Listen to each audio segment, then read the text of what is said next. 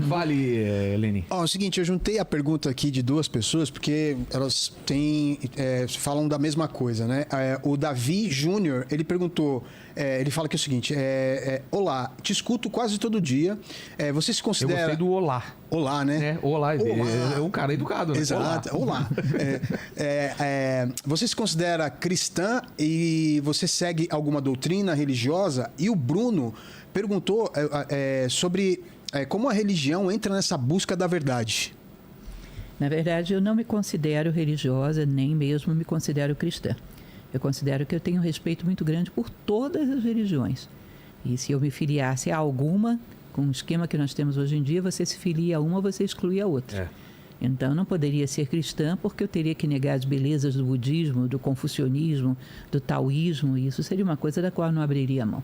Então, tenho um imenso respeito por todas as religiões, mas não tenho nenhuma religião. Mas também não se considera ateia nem agnóstica. Não, tenho um profundo, eu não diria crença, né?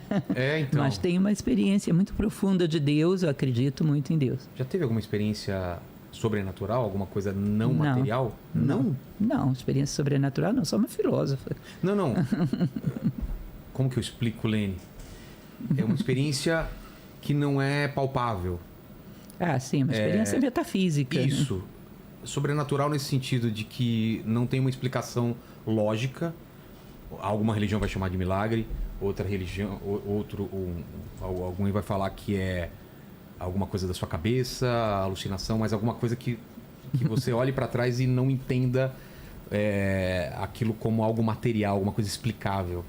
Eu tive uma experiência, uma ocasião, que foi a leitura de um livro que me impressionou muito e gerou uma experiência. Qual livro? Existia uma mística medieval que viveu no século XII, Marguerite Porete, que ela escreveu um livro chamado O Espelho das Almas Simples. Eu, inclusive, comentei esse livro. Eu comentei esse livro no canal de streaming que nós temos na Nova Acrópole, Acrópole Play. Tá.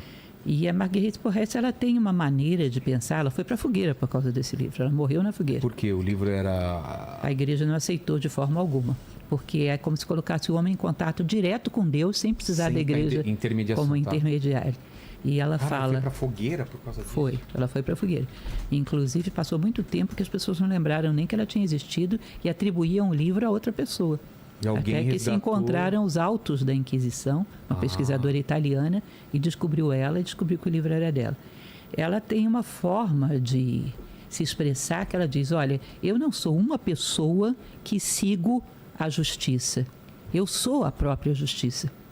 Eu não sou uma pessoa que sigo o bem. Eu sou o próprio bem. Eu não sou uma pessoa que tenha devoção ou que sigo a Deus. Eu sou o próprio Deus. Ou seja, eu faço parte. Quando eu me encontro a minha identidade mais profunda, eu sou parte desse todo. Sou uma parte consciente desse todo. Eu não sou algo que está fora tentando seguir a justiça. Eu sou a própria justiça. Eu não sou uma coisa que está do lado de fora tentando seguir o amor. Eu sou o próprio amor. Eu sou uma forma de expressão disso no mundo. E esse negócio eu fiquei meses fazendo a leitura comentada disso lá no Acrópole Play.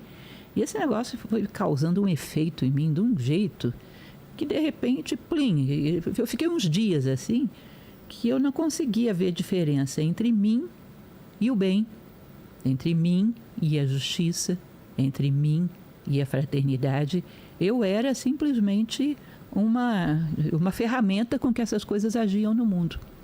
Tá? Como se essas coisas estivessem me usando como canal. Eu era um canal dessas virtudes.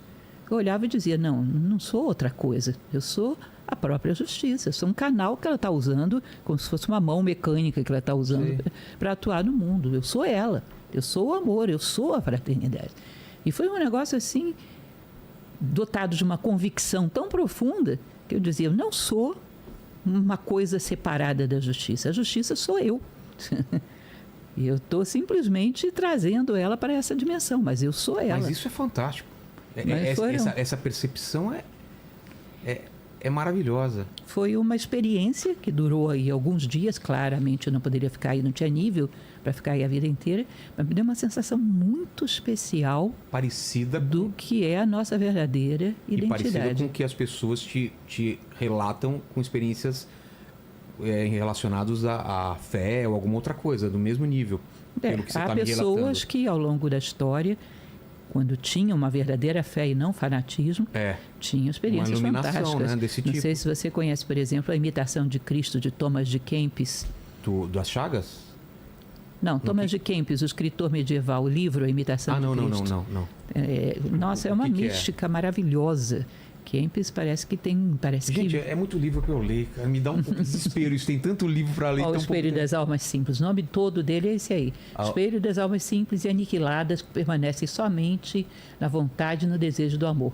Aniquiladas, ela diz, é aniquilada uma personalidade. Você se torna o próprio amor. E aí você percebe, você é o amor se expressando no mundo. Não tem diferença nenhuma entre você e ele. A tua verdadeira identidade é essa. Isso é uma alma simples. Alma simples, sim, simples, no sentido de que ela baniu todo o lixo, toda a complicação, toda a alienação e se tornou simples. E aí encontrou a simplicidade do seu próprio ser. Uhum. E aí ela diz, esse tipo de conexão não precisa de nenhum intermediário. A igreja não ia aceitar isso. Mas eu queria voltar, então, nesse pensamento que você está, aquele primeiro exemplo que você deu da tua experiência cotidiana de passar o rodo e a dificuldade de tirar aquele barro e aquela água conectando com esse livro, né? Pois é, por isso eu te falei, é uma coisa que deu para sustentar por dias, eu não tenho nível para isso. É cair na situação do rodo, a consciência de vez em quando vai lá embaixo, aí fica crítica, fica chata. Aí você tem que ir lá com o rodo. Tem que ir lá com o rodo e puxar ela na direção. Se não usar constantemente o rodo da vontade, ela vai para esse cri-cri, para aquele pocinho onde tem lama. Barro, criar lama. Constantemente tem que estar atuando com a vontade, puxando ela para o lugar certo. O que acontece se você passa muito tempo ou desencana de passar o rodo onde imposta isso daí? O que vai te causar lá na frente? Fico banal, né? Quando você me falar de alguma coisa muito elevada, não vai fazer sentido para mim. Quando, por exemplo, você me falar de alguma coisa de Kempis ou de Marguerite Porete, eu vou dizer... Esse negócio é loucura, é viagem. Você vai perdendo a capacidade de compreender, vai ficando raso, sabe? Você perde vai ficando banal. As nuances, a delicadeza dessas diferenças. Perde essa capacidade um pouco intuitiva de elevar a consciência para o subjetivo, para aquilo que não é material. Fica parecendo uma fantasia. E esse livro que você estava falando, da Imitação de Cristo? A Imitação de Cristo, Kempis é de uma mística tão natural, tão profunda, que é uma coisa assim de louco. Quem que era ele? Louco. Ele era um monge alemão pequenininho, não um monge, era um padrezinho, mas muito simples, de uma paróquia do interior, e ele tem uma experiência de convivência com Jesus, que era uma coisa assim, como se estivesse do lado dele. Ele relata a maneira como ele via, como sentia, como ouvia os ensinamentos, como se estivesse ali do lado dele. Ele tem uma mística elevadíssima. Tá? Por isso ele diz que é a imitação de Cristo, porque ele vive reproduzindo os gestos, os atos de Cristo que ele vê.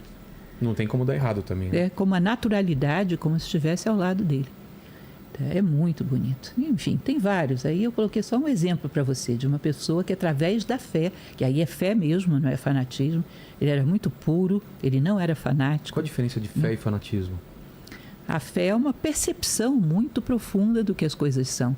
O fanatismo é uma ideologia. Eu fechei em cima da ideia e não abro mão de que aquilo seja uma verdade absoluta. Eu não estou aberto para fanatismo não tem mística profunda. Não, né? É simplesmente você fixou uma ideia como verdade absoluta e não abre mão disso.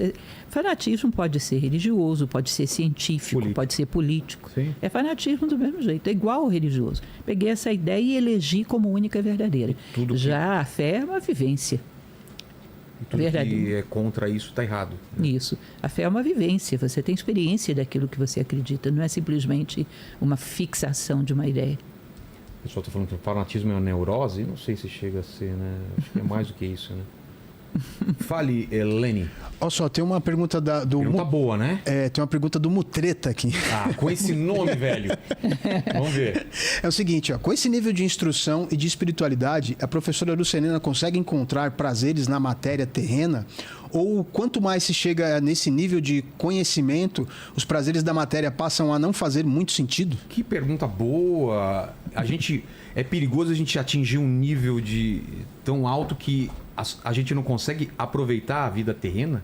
As eu coisas acho que materiais eu sou das também? pessoas que eu conheço, modéstia à parte, eu sou das que mais aproveitam curso. Às vezes eu me sinto como se eu fosse uma criança. O que você gosta de fazer? Viajar? Eu curto demais o passarinho que canta na minha janela todo dia de manhã. Quando ele não aparece, eu sinto falta. É um raio de um sabiá, que ele tem um fôlego de colocar cantora lírica babando de inveja. É. Nunca vi um fraseado tão longo eu como acho aquele. que ele está se referindo a coisas mais mundanas, né? Isso ainda é uma coisa elevada. Eu tô falando Não, são coisas simples do dia a dia. Não, eu sei, mas eu acho, né, Lene, que é mais assim, ir num bom restaurante, fazer uma viagem. Também, né? Também. Isso não é pecado, não é ruim. Muito pelo contrário, acabei de ir no Japão, tem um mês que eu voltei do Japão. Fiz uma boa viagem, curti tudo. Não tô desmerecendo o seu passarinho, só tô colocando o jogo mais assim, né? Tipo, mas e aí? A gente pode ter um carro bom ou isso é uma coisa menor? Se isso a gente sonhou com isso. A gente pode morar bem ou uma casa que já tenha o tamanho suficiente, sabe, esse tipo de coisa? Qual é o limite para as coisas materiais ou não? Você lembra aquela passagem do Voltaire, que ele diz que de vez em quando você tem que colocar as coisas, os teus bens materiais em cima da mesa e olhar para ele para assegurar quem é que possui quem? E a gente achando que era o nosso amigo lá do como que chama? Lá essa música aí que ele fez. Putz, lembra do Cazu, da banda do Cazu, do Barão Vermelho? O Frejá. Frejá. Essa música dele. Exatamente. E era o Voltaire. Ele tava roubando do Voltaire e não deu crédito. Hein? Ele fala que tem que colocar toda hora as coisas lá e fala quem é o dono de quem. Quando você não é escravo dessas coisas. Quando você tem como finalidade o ter cabe perfeitamente como meio. Eu posso ter as coisas e, através das coisas que eu tenho, beneficiar a mim, as pessoas à minha volta. Posso ajudar as pessoas se eu tenho um carro, por exemplo, mais do que se eu não tivesse. Posso ajudar as pessoas através daquilo que eu tenho. Ou seja, o ser é fim e o ter é meio. Funciona perfeitamente bem. O que não funciona é o contrário. Você ter o ter como fim. Finalidade da minha vida é ser o homem mais rico do mundo. E querer ter o ser como meio. Ou seja, você justo para poder ficar rico. Não, vai chegar um determinado momento que a justiça vai atrapalhar a riqueza. Exato. Você fraterno para ficar rico não vai funcionar. A fraternidade vai atrapalhar a riqueza. Ou seja, famoso, né? Isso, o ser não serve para ficar como meio. Ele foi feito para ficar como fim. E o ter não serve para ficar como fim. Ele é pouco. Ele foi feito para ser meio. Cada coisa no seu lugar, não existe mal no universo, que é o conceito de justiça de Platão. Dar a cada um que lhe corresponde. Cada coisa no seu lugar, não existe mal no universo.